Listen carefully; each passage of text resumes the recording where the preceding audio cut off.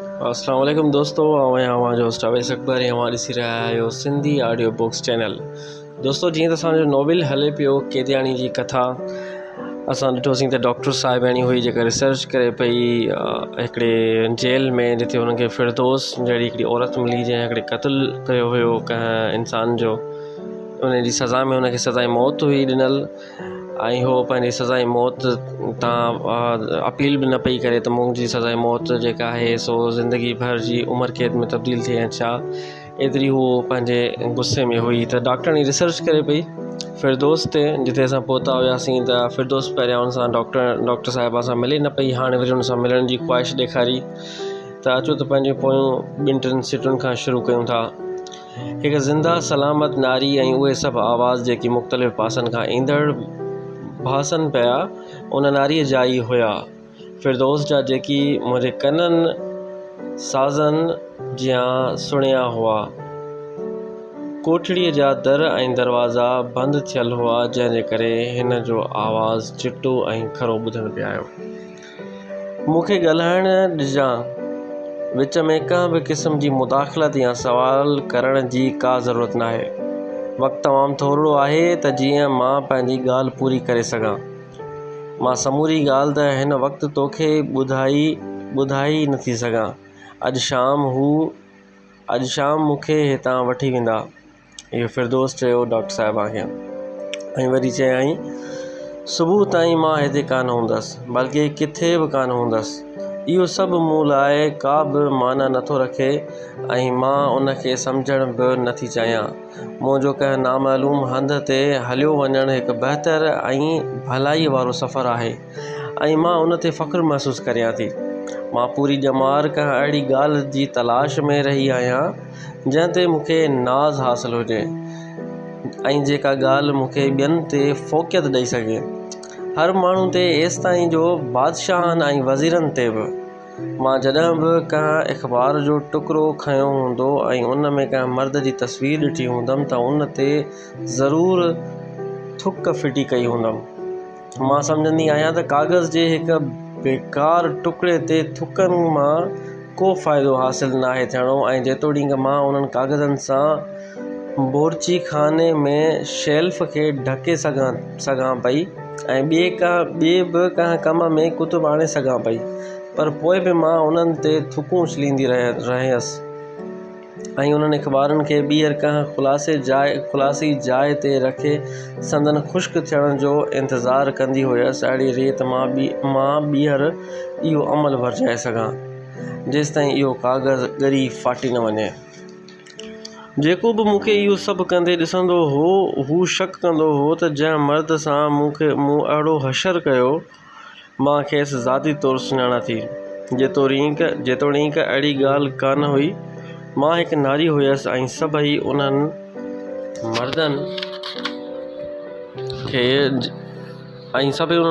खे जिन जूं तस्वीरूं अख़बारनि में छपियूं हुयूं, भला कीअं पई सुञाणी सघां। इन्हनि हड़नीअ सां मुंहिंजो तालुक़ु या वाक़िफ़ियत मुमकिन ॻाल्हि कोन हुई। उन ॻाल्हि में बि शक कोन्हे त मां हिकु मशहूरु रंडी रही चुकी आहियां, पर हिकु फ़हाश नारी भली केॾी बि शोहरत हासिलु कई हुजे, पंहिंजे पेशे ऐं किरत जे लिहाज़ खां एतिरनि घणनि मर्दनि सां संदसि सुञाणप हुअणु मुमकिन कोन्हे। ज़िंदगीअ में जेतिरनि बि मर्दनि सां मुंहिंजो तालुक़ु रहियो, मुंहिंजे ज़हन में बसि हिकु ई ख़्वाहिश जनम वरितो त हथ मथे करे खेनि ज़ोरदार चमाट वाहे कढां, पर हिकु नारी हुअण जे नाते मां अहिड़ी हिमत कॾहिं सारे न सघियसि।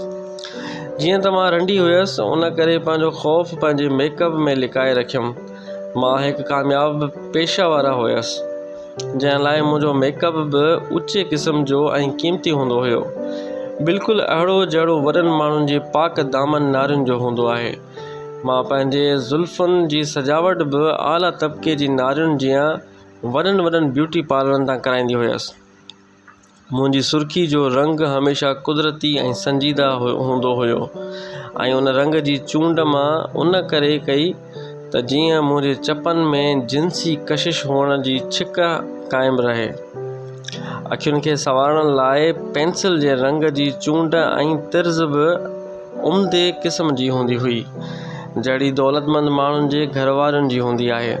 उन ॻाल्हि में शक न आहे त फ़क़ति मुंहिंजो मेकअप, ज़ुल्फ़ुनि जी सजावट ऐं सैंडल जे डिज़ाइन जो तालुक़ु वॾे तबिके जी नारियुनि जे इस्तेमालु जहिड़ो हुयो, पर मां पंहिंजे सेकेंडरी स्कूल जे सर्टिफिकेट सां गॾु हिकु जबर जो शिकार थियल विचोले तबिके सां तालुक़ु रखंदड़ नारी हुयसि ऐं मुंहिंजी पैदाइश हेठिएं तबिके वारे ख़ानदान में थी हुई। मुंहिंजो पीउ हिकु ग़रीब हारी हुयो। हू लिखणु पढ़णु कोन ॼाणींदो हुयो। पंहिंजी ज़िंदगीअ में संदसि तालुक़ु बि फ़क़ति थोड़नि शयुनि सां ई रहियो। मिसाल, फ़सुलु कीअं पोखिजे, पाणी ॾियण लाइ कहिड़ो वक़्तु बहितरु रहंदो, फ़सुलु कॾहिं लुणिबो, उन खां अॻु जो को दुश्मन संदसि मेंह खे ज़हर ॾेई मारी विझे, कासाईअ ताईं जल्दी में कीअं पहुचजे। शादी खां अॻु न्याणीअ जो को नुक़सानु करे विझे, चंद टकनि जे एवज़ पंहिंजी समायल धीअ खे कीअं परचाइजे, कीअं परणाइजे, पंहिंजे चोर पाड़ेसिरीअ खां अॻु कंहिं पची रास थी वियल फ़सुल जे चोरी कीअं कजे, पंहिंजे ज़मींदार जे अॻियां न्याज़ निवड़त सां कीअं हलिजे ऐं संदसि हथ बेदिलियो कीअं चुमिजे, ॾींहं जी पुॼाणी ते पंहिंजी ज़ाल खे तेसिताईं मार कुट कीअं कजे जेसिताईं हूअ फहको करे ज़मीन ते न किरे, वग़ैरह वग़ैरह। हर जुमे जे ॾींहुं हू मथे ते साफ़ सुथरी पगड़ी पाए विज़ू करे जुमे जी निमाज़ अदा करण लाइ मस्जिद ॾांहुं वेंदो हुयो। जॾहिं निमाज़ पूरी थींदी हुई त मां ॾिसंदी हुयसि त हू ॿियनि मर्दनि सां मस्जिद मां वापसी महिल जुमे जे खुतबे ते बहस कंदो नज़र ईंदो हुयो। इहो ई त पेश इमाम जी तक़रीर केतिरी न फसीह ऐं क़ाइल करण वटां हुई ऐं हिन हर मसइले जो हल दीन जी रोशनीअ में कहिड़ी न सुठी आसान तरीक़े सां पिए बयानु कयो। बाबा खे इहा ॼाण हुई त चोरी करणु ॾोह जो कमु आहे। कंहिंखे जान सां मारणु, कंहिं मर्द या नारीअ खे ज़लील करणु ऐं ख़्वार करणु उन खां बि वॾो पाप आहे ऐं ख़ुदा अहिड़नि अमलनि ते कावड़िबो आहे। हू उन ॻाल्हि ते बि कंधु लोॾींदो हो त ख़ुदा जी फ़रमानबरदारीअ ऐं पंहिंजे वक़्त सां मुहबत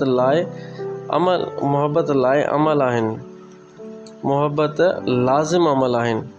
ख़ुदा ऐं पंहिंजे हुकुमराननि सां मुहबत करणु साॻी माना रखनि था ऐं उहे ॿई अमल हिक ॿिए खां जुदा न आहिनि।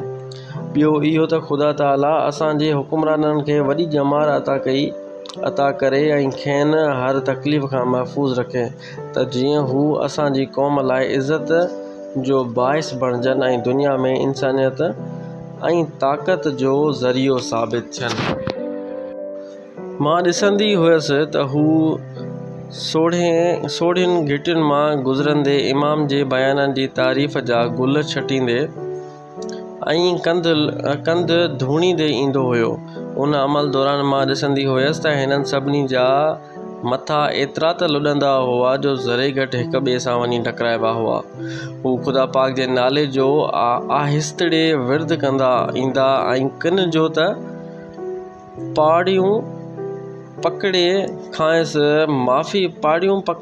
माफ़ी वठंदा ऐं इहो सिलसिलो बग़ैर कंहिं वक़्फ़े जे जारी रहंदो हो जेसिताईं हू हिक ॿिए खां अलॻि पंहिंजे घरनि ॾांहुं रवाना न थियनि।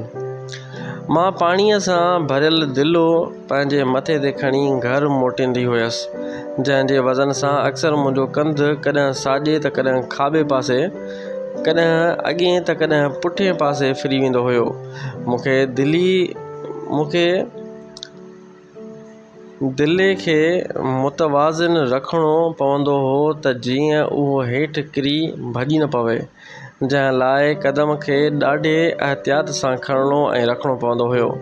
मुंहिंजी माउ मूंखे इहो सम्झायो हो त बसि कंध खे सिधो रखिणो आहे।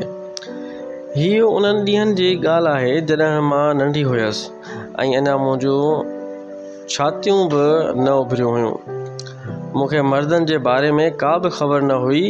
पर मां संदनि ॻाल्हियूं ज़रूरु ॿुधंदी हुयसि ऐं जॾहिं हू ख़ुदा खां दुआ घुरंदा हुआ त हिननि जा आवाज़ मूंखे चिटा ॿुधण में ईंदा हुआ। मां हुन जो मुशाहिदो कंदी हुयसि त कीअं हू पंहिंजे मथे खे लोॾे हथनि खे चहिरे ते फेराइनि था ऐं कॾहिं गलो साफ़ु कंदे संदनि वात मां खंघण जो आवाज़ु निकिरणु लॻंदो हुयो। हू अक्सर पंहिंजनि बग़लनि खे खनंदे बि नज़र ईंदा हुआ ऐं कंहिं वक़्तु त रानुनि जे विच में बि खनंदा हुआ। मां इहो बि ॾिसंदी हुयसि त हू पंहिंजे चौधारी मौजूदु शयुनि ते चोरी चोरी नज़र विझंदा हुआ, ॼण त उहे शयूं संदनि मथां हमिलो करण वारियूं हुजनि। कॾहिं कॾहिं संदनि ॾिसण जे अंदाज़ में शक जहिड़ो तासुरु नज़र ईंदो हुयो या वरी उन अंदाज़ में वहशत भरियल हूंदी हुई। कॾहिं कॾहिं मूं लाइ इहो फ़र्क़ु करणु ॾाढो मुश्किल थी वेंदो हो त उन्हनि मां मुंहिंजो पीउ कहिड़ो आहे, छो त हिननि सभिनी जा मुहांडरा पाण में मिलंदड़ जुलंदड़ हुआ ऐं संदनि आदतूं बि साॻियूं हुयूं, जिन जे फ़र्क़ु करणु तमामु ॾुखियो हुयो।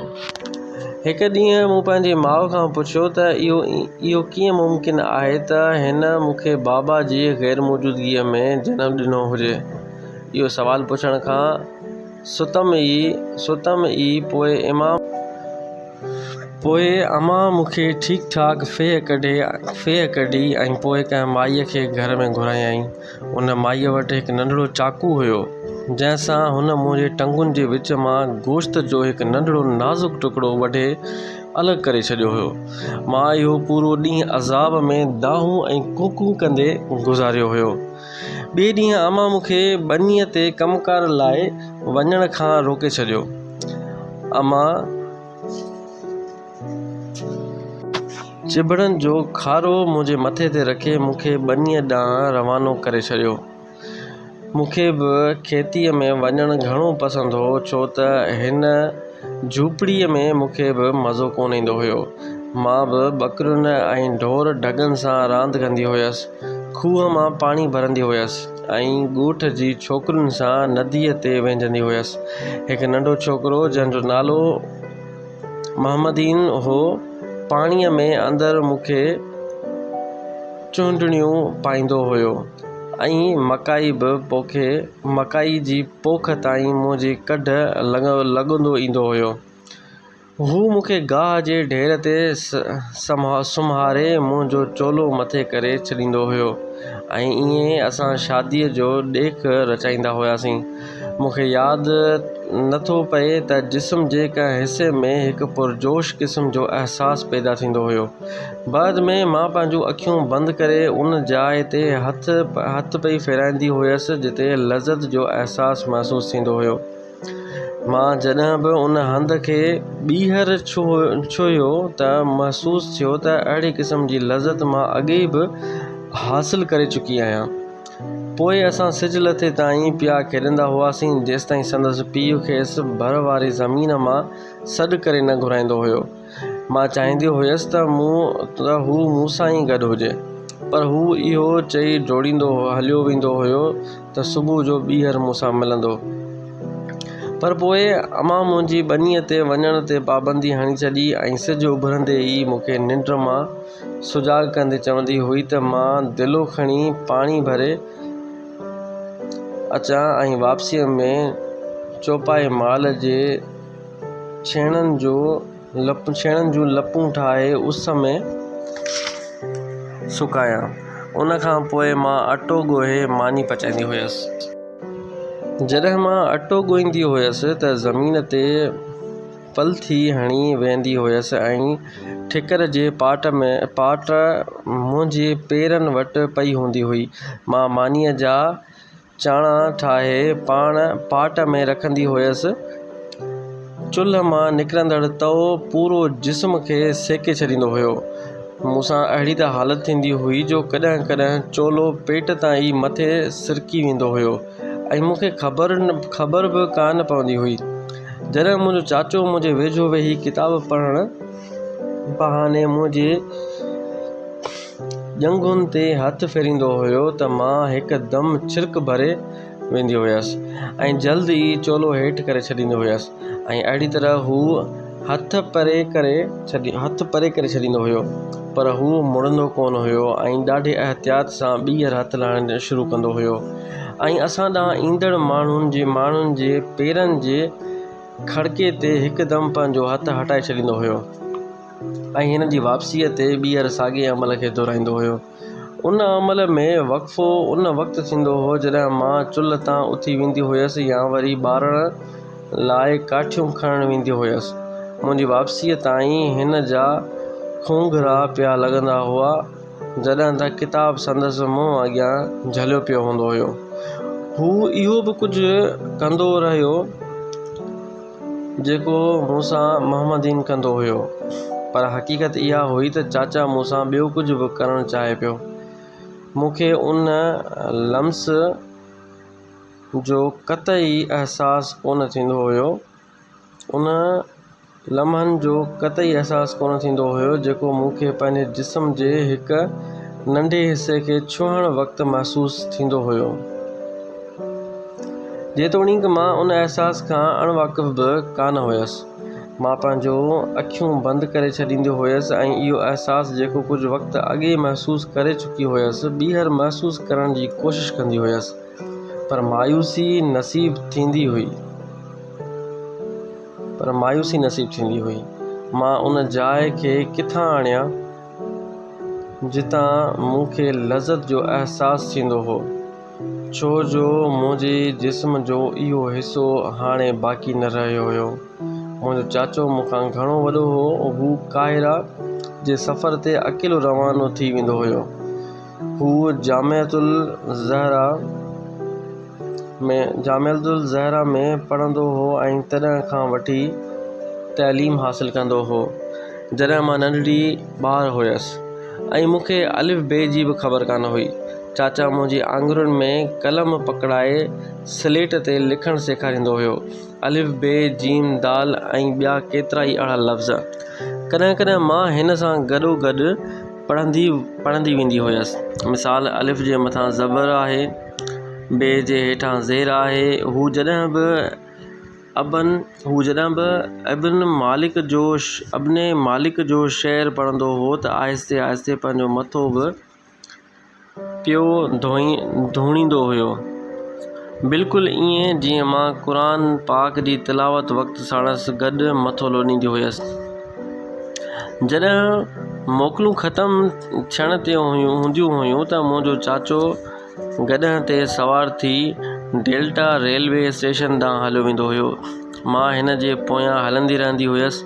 मुंहिंजे मथे ते खाधे खुराक सां भरियल हिकु टोकरी रखियलु हूंदी हुई।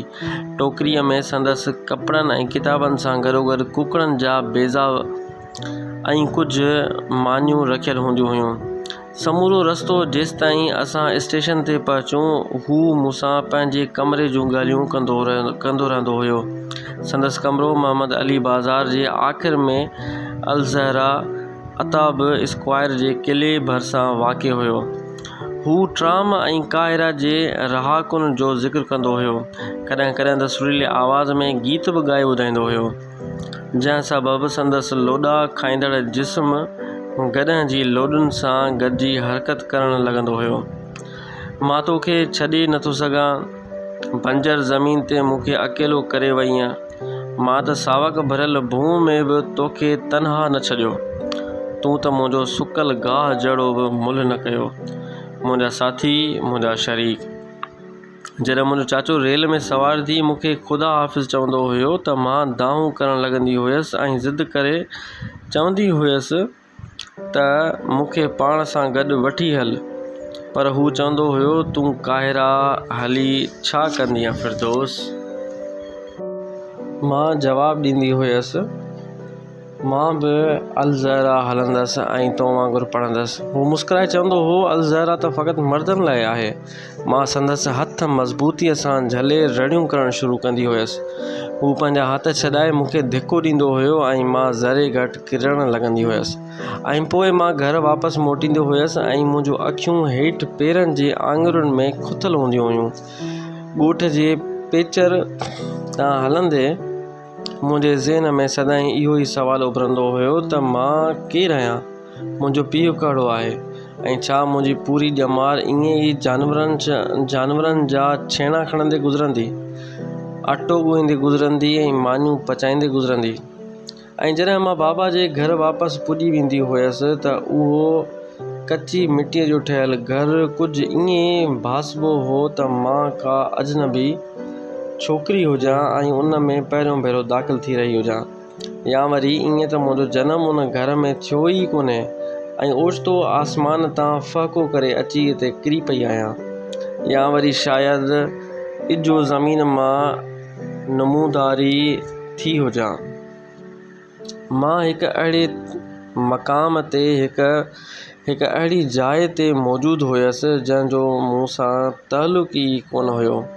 मां हिकु अहिड़े पीउ जी धीउ हुयसि जंहिंखे मां पंहिंजो पीउ तस्लीम ई नथी करियां। पंहिंजी माउ लाइ बि मुंहिंजो साॻियो ई ख़्यालु आहे। किथे ईअं त कोन्हे जो मुंहिंजे चाचे जेको कुझु मूंखे कायरा जे बारे में ॿुधायो हुयो उन सां मुंहिंजा वीचार तब्दील थी विया आहिनि। मां ज़हनी परेशानीअ में जकड़ियल हुयसि त जीअं औरत सां गॾिजी मां हिकु घर में रहां थी, जंहिं औरत सां गॾिजी मां हिकु घर में रहां थी उहा मुंहिंजी माउ बि आहे अलाए न। छा मां हिन जी धीउ न आहियां, या हूअ मुंहिंजी माउ न आहे, का ॿी औरत आहे? मां पंहिंजे माउ जी एतिरी हद ताईं शक करणु लॻी हुयसि जो सम्झां पई त हुन पंहिंजी शकिल त तब्दील नाहे करे छॾी, या वरी थी सघे थो हिन औरत जा मुहांडरा ऐं ख़ुशख़सलतूं मुंहिंजी माउ सां मिलंदियूं हुजनि पर हीअ मुंहिंजी माउ न हुजे। मां उन सोच में ॿुॾल हुअसि त पंहिंजी माउ जे मुहांडरे खे ॿीहर ज़हन में आणण जी कोशिशि करियां। जॾहिं मूं खेसि पहिरियों भेरो ॾिठो हो ऐं उन वक़्तु संदसि चहिरो कहिड़ो हुयो, मूंखे ख़ासि तौरु संदसि अखियूं यादि अची वयूं। मूंखे हिन जो मुहांडरो या रंग यादि कोन अची सघियो। मूं संदसि अखियूं ॾिठियूं हुयूं जेकी मूंखे यादि अची वयूं, उहे अखियूं जेकी मूंखे हर वक़्तु घूरींदियूं रहंदियूं हुयूं, जेतोणीकि मां संदसि चहिरे खां बि अणॼाण रहंदी हुयसि। तंहिंजे बावजूदि बि उहे अखियूं मूंखे तकींदियूं रहंदियूं हुयूं। कॾहिं बि मां वाट भुलिजी वेंदी हुयसि या आहिस्ते आहिस्ते विखूं खणणु सिखंदी हुयसि त उन्हनि ई ॿिनि अखियुनि खे पंहिंजी रहनुमाईअ लाइ मुक़ररु ॾिठुमि। जॾहिं बि मां विखूं वधाइण जी हिमत ॿधंदे करण ते हूंदी हुयसि त का ग़ैबी क़ुवत मूंखे सोघो करे हेठि किरण खां बचाए वठंदी हुई। उन वक़्तु ईअं भासबो हो ॼण त ज़मीन मूंखे पंहिंजे अंदरि छिकण जी कोशिशि कंदी हुजे, पर इहो मज़बूत सहारो अहिड़ियूं हड़ई काविशूं भस्म करे छॾींदियूं आहिनि। हिकु पासे इहे हड़ई ॻाल्हियूं ऐं ॿिए पासे मां हिमत सारे पेर पई ॼमाईंदी हुयसि त जीअं खड़ी थी सघां, पर जीअं त मां किरण लॻंदी हुयसि ज़हनी तज़ाद जो शिकार हुयसि, मुतज़ाद क़ुवतुनि जे घेरे में फाथल हुयसि ऐं उहे मुख़्तलिफ़ रद्द अमल मूंखे पंहिंजनि घसनि ॾांहुं छिकींदा रहंदा हुआ। मुंहिंजी हैसियत अहिड़ी कंहिं शइ जीअं हुई जंहिंखे उथाह समुंड में फिटो कयो वियो हुजे, जेका ॿुॾण जी ख़्वाहिश धारींदे बि समुंड जी लहरुनि कारण बार बार सतह ते तरी ईंदी हुजे ऐं तरण जी ख़्वाहिश जाॻंदे ई को वहकिरो खेसि उथाह ताईं रसाए छॾींदो हुजे। जॾहिं मां आकाश जी वसअतुनि ऐं समुंड जे उमक विच में तरंदी ऐं ॿुॾंदी रहियसि त उहे ॿई अखियूं ई हुयूं जेकी मूंखे नज़र आयूं। उहे ॿई अखियूं ई मूंखे पार पुॼाईंदियूं रहियूं। मूंखे चिटो यादि न आहे त उहे अखियूं वॾियूं हुयूं या नंढियूं। मूंखे त बसि सफ़ेद घेरनि ऐं चमकंदड़नि कारियूं माणिकियूं यादि आहिनि। मां ॾिसंदी हुयसि त उन्हनि माणिकियुनि जो रंग वधीक गहरो थींदो वेंदो हुयो ऐं जॾहिं त सफ़ेद घेरा ॻाढ़ो रंग अख़्तियार करे वठंदा हुआ। इहा रोशनी न त कंहिं आकाश मां टिमकंदी नज़र ईंदी हुई, न वरी कंहिं ज़मीनी टुकड़े मां निकिरंदे निर्वार थींदी हुई। इहो सभु त कंहिं जादूअ जो असरु बासिबो हो। बाक़ी चंड चांडोकीअ खां ऐं सिज रोशनीअ खां ॼण त वांझियल हूंदा हुआ।